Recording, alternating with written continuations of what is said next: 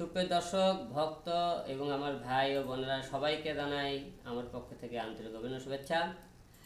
আমি আজকে একটা নিউজ দেখলাম যে আমি শুটিং থেকে যাইতেছিলাম চড়ে আর কি। যাওয়ার পরে শুটিংয়ে তো সেই টাইমে তো শুটিং তো আমার কাছে হেলমেট থাকে না। আমরা যখন শুটিং সেই জায়গাতে আমার নামে আর কি পুলিশ ওই যে বাইকওয়ালা ছিল তার নামে একটা মামলা করে দিল হেলমেট ছাড়ার কারণে। আর তেনারা মনে করেন কোনো কথা নেই বার্তা হট করে মামলা করে দিল যে আমার থেকে শুনলো না, কেন আমার কাছে হেলমেট না, কী কারণে কোনো কোনো মন্তব্যই শুনলো না, খালি আসা জিজ্ঞেস করে দিয়ে দিল।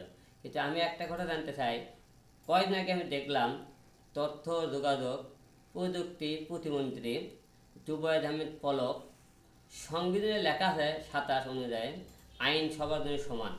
যে আইন যদি সবার জন্য সমান হয় তাহলে আমার বেলায় কেন আপনি একটা কথা সবাইকে জানাতে চাই, সবাইকে জানতে চাই প্রশ্নটা আমি, যে আমাকে কেন তাহলে আপনি হলো যে জরিমানা করা হলো আর আমার নামে কেন মামলা দেওয়া হলো?